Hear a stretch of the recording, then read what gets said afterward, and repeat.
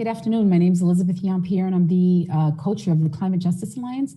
And I'm thrilled to have you join this pre-recorded post-screening panel discussion on environmental justice. We're here to reflect on The Sacrifice Zone, an amazing film that puts a spotlight on the state of New Jersey and the challenges that are faced by environmental justice communities. The recording will be part of the 2020 Montclair Film Festival, October 16th to the 25th, and New Jersey TV's primetime television broadcast on October 15th at 8 p.m. The broadcast reaches every household in New Jersey and New York, as well as some in Pennsylvania.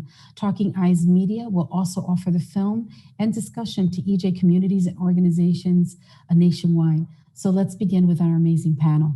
The first is Senator Troy Singleton. Senator Troy Singleton has devoted his life to public service and government, political and policy posts at all levels. His rise to the highest levels of management in the New Jersey legislature and as an elected official is a testimony to his widely praised talent for assessing, developing, and implementing clear and pragmatic responses to major public policy challenges. And you can learn more about him on his website, and you should go there and see who is representing you and what power and strength and leadership looks like. I'm also honored to introduce you to Maria Lopez Nunez. This sister is a powerhouse at the Ironbound Community Corporation, really not only building community power, but challenging different systems that exist at the intersection of science, economics, and racial injustice. And she is with us today to talk about the struggle of the Ironbound community and the years it has taken to get to the place that it is today. And we also have with us Julie Winnicor, who is the executive director of Talking Eyes Media, and is responsible for putting together this film, this necessary film that puts a spotlight on a state that always gets neglected and communities that always get neglected in New Jersey. And so we're really happy to have you all here. And so we're going to begin with Senator Troy Singleton. Can you share with us and explain New Jersey's new environmental law and what it does, what's unique about it, and why after a decade of pushing this legislation, it's passed now? So first of all, thank you for having me, and to be in such esteemed company is truly my honor.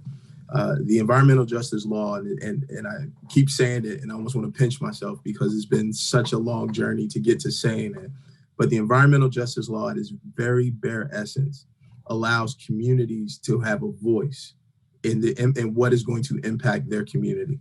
There's a lot of, fancy language about it, but at its very core, it's about the hallmark of our democracy of allowing people to be able to put their voice into the governmental process and be able to effectuate change. And here's how it does it. So the environmental justice law looks at three types of permits: new permits, renewal permits, and expanded permits.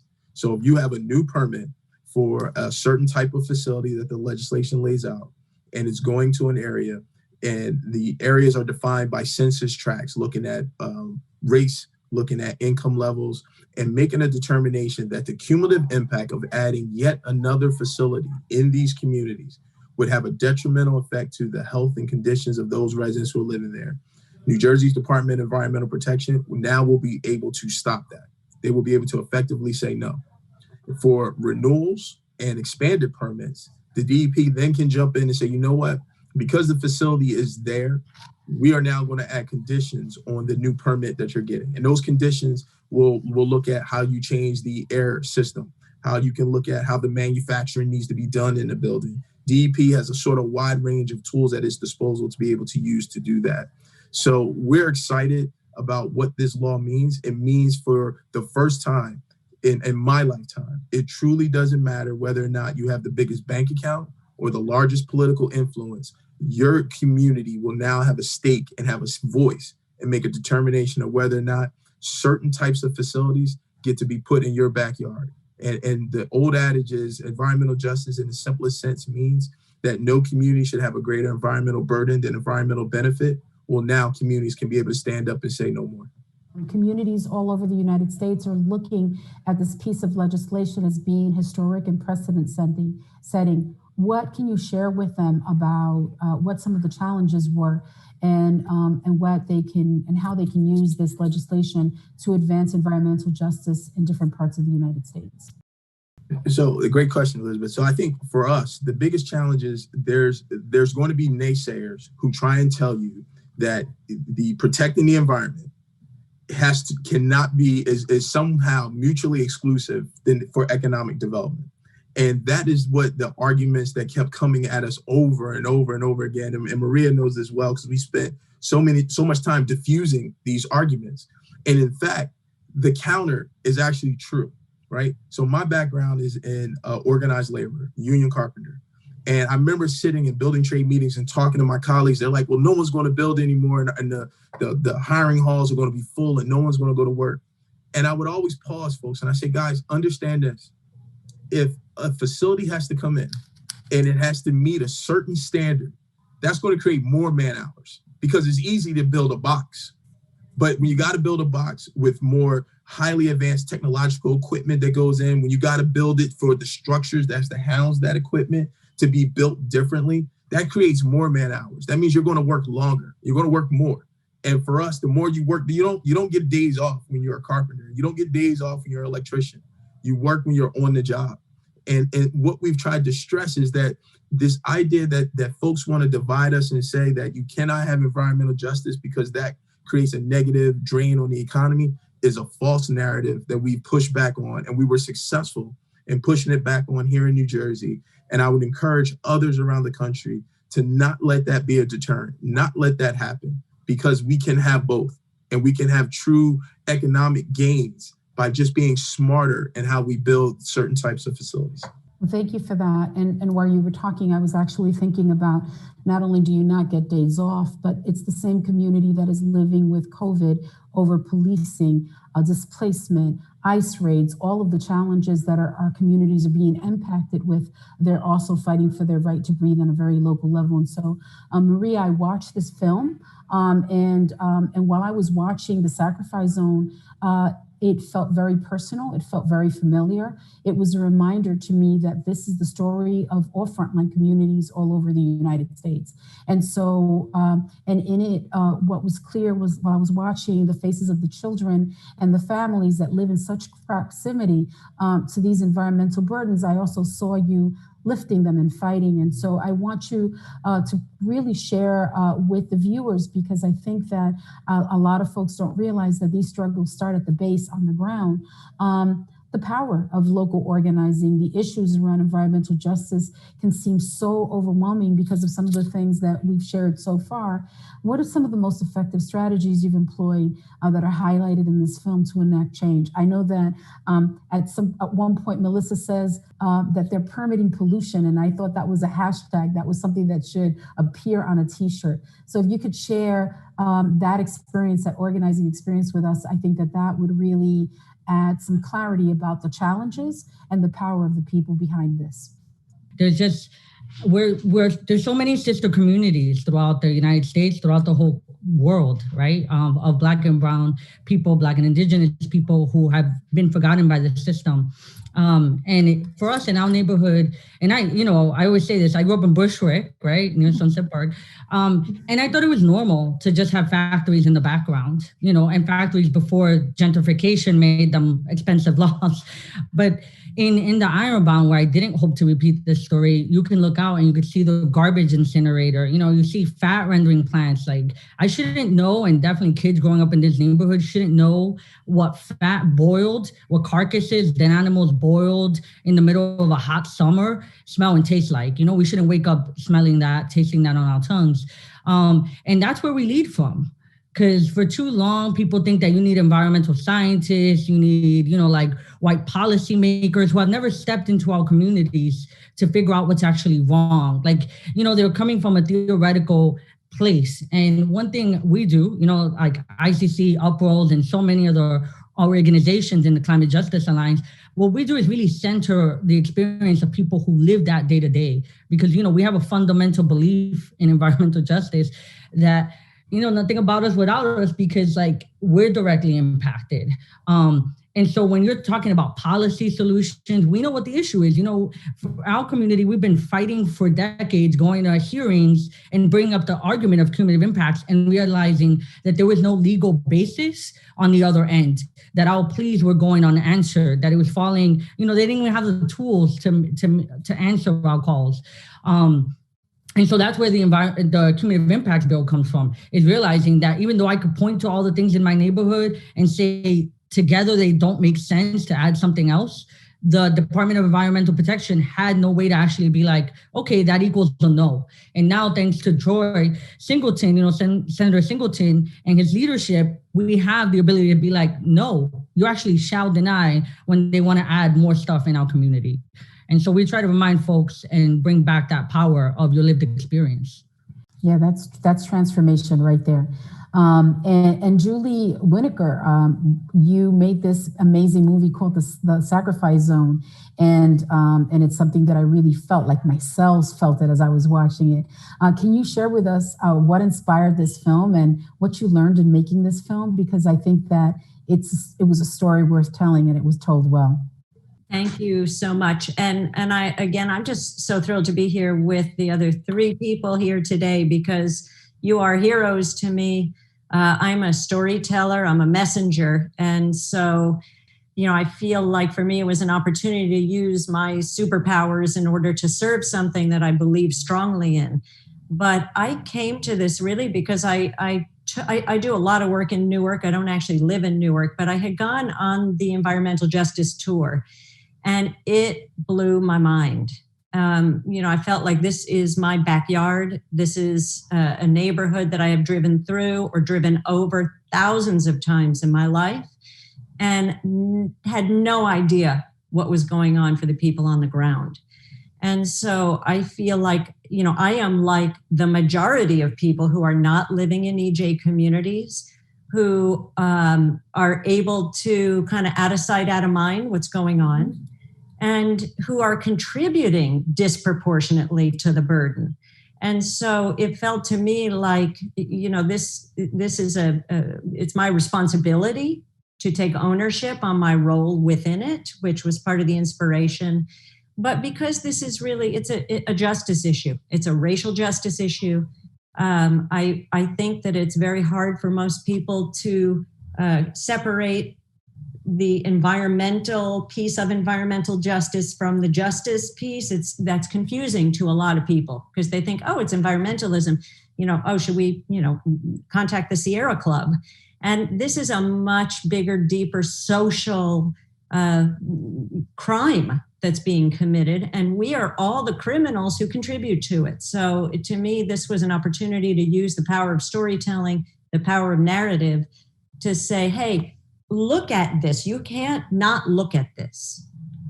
So I know that viewers would like to know how they can get involved. What are the next action steps? And we know that all of you have ideas about what next action you want to take and what you think people who are watching this can be doing to not only support, but to lift the work.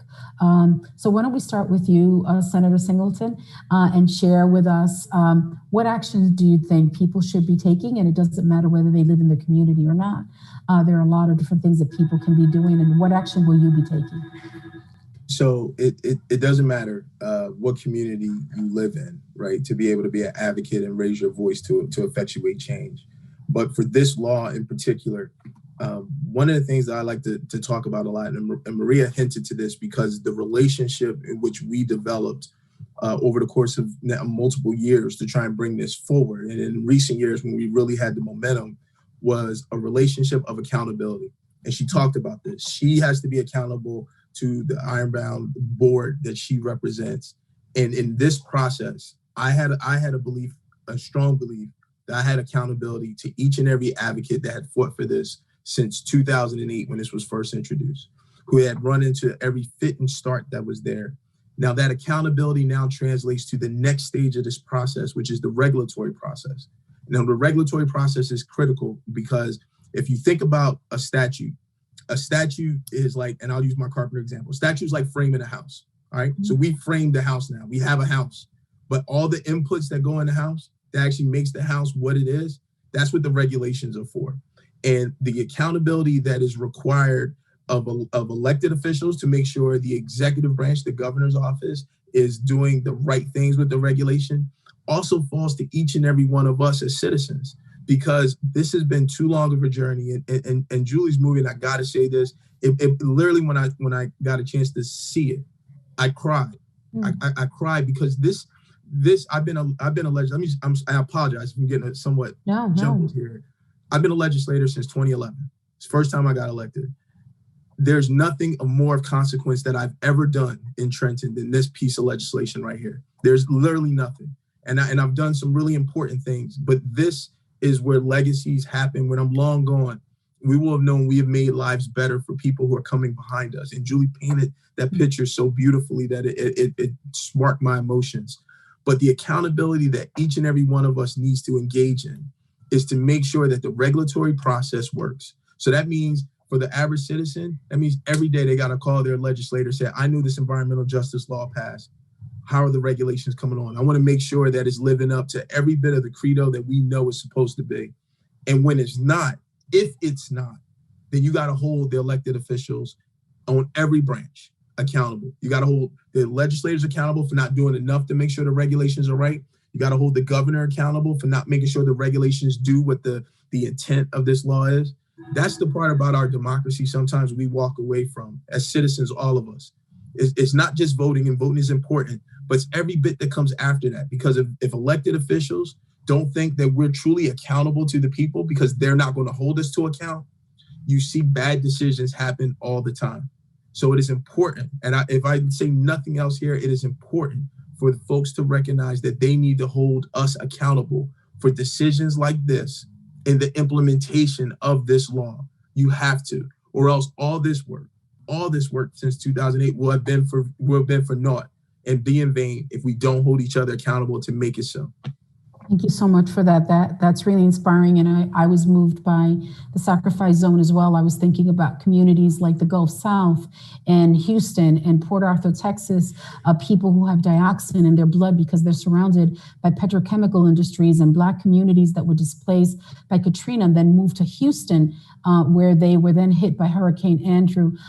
This is part of the legacy of environmental injustice in this country. From the very beginning, it's the history of our extraction of our land and our labor, and it goes way back, and it's intergenerational. Then people wonder why we're sick. They wonder as if somehow this generation got sick, and they don't realize that it's a history of bad food, bad water, pollution, contaminants, exposure that we have discriminately been exposed to. And so it hurts. It hurts because our bodies remember, our ancestors remember. It hurts. And so I really appreciate you being fully present when you were watching it and to share that with us.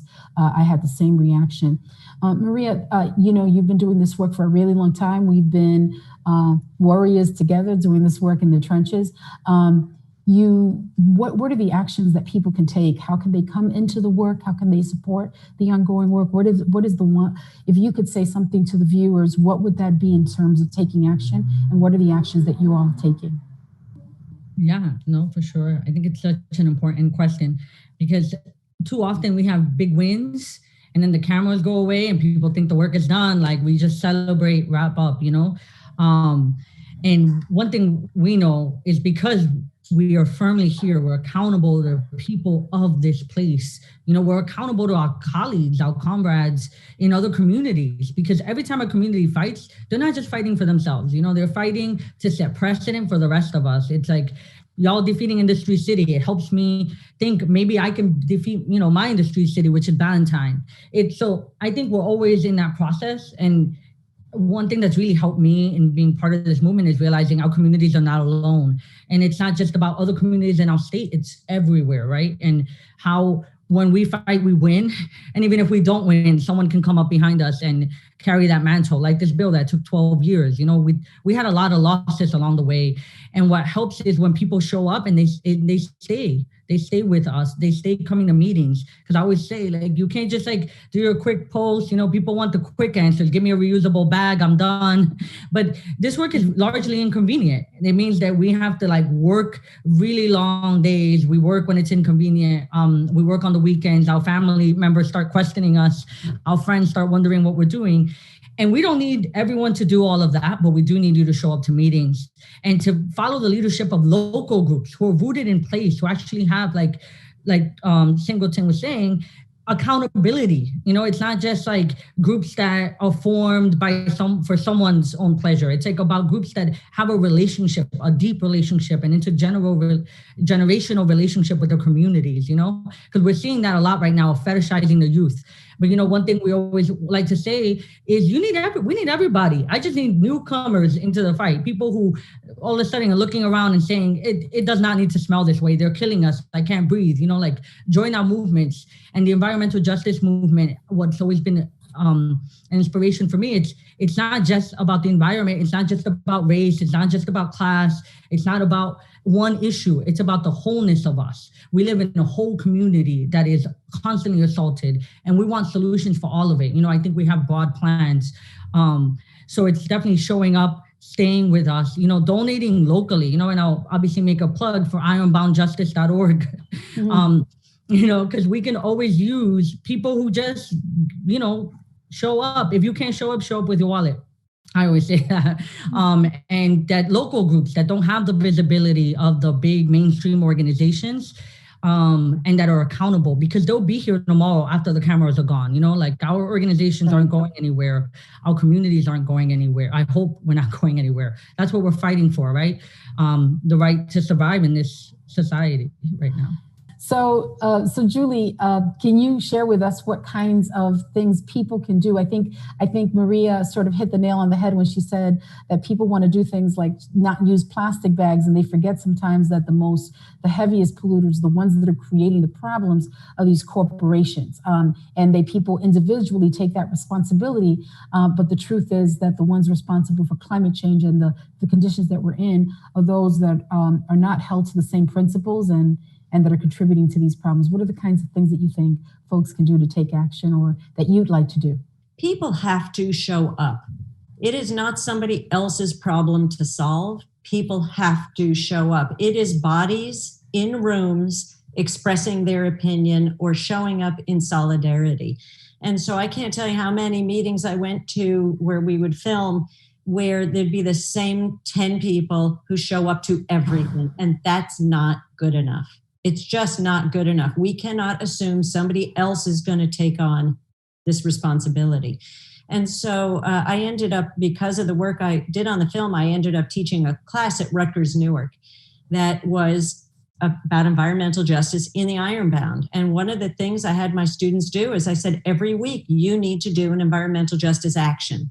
It could be small, it could be big, but I want you to think about what you're learning here and how you can apply this. So every week you make me a promise. We're making a pact that we're going to do one thing. And one of the things that I was feeding them and insisting they do is go to zoning board hearings, you know, go to permit hearings. You need to understand how this process works, and you need to watch. And they came back so pissed off, these students, when they saw the panel at the front of the room looking bored and texting and Facebook and doing things other than actually giving the respect to the people who had shown up, who got up to speak, that it was a wake-up call. So if we're asleep at the wheel and we don't do anything, then this is where we end up, right? Where we're at, this is, we get what we deserve. And so, you know, you have to show up, and you have to sign petitions, and you have to donate money, and you have to do the things that actually make good on the promise that, you know, you give lip service to. You know, and the other thing is just, I want to acknowledge the perseverance and persistence of Maria and Troy, because I watched what looks like whack-a-mole. You know, it was like literally Maria every day of the week, you know, I could touch base and there'd be some new dragon she needs to slay. because they're just, everything is lobbed at her on a daily basis. And so, as a filmmaker, it was challenging because it's like, which of these do I even follow? What am I, it's too much. It's overwhelming. And then also with Senator Singleton, we first met when in the previous session of the legislature. And when we talked through what is the likelihood that this bill, and it had already made some progress, this was last year. And then if it didn't get passed through, literally you had one of those ticking clocks. You had all of, if we don't get this through in 3 months and through the assembly, then we got to start all over again. We're having a Groundhog Day experience here. So it is the stamina that they exhibited is really phenomenal. I mean, and it takes that.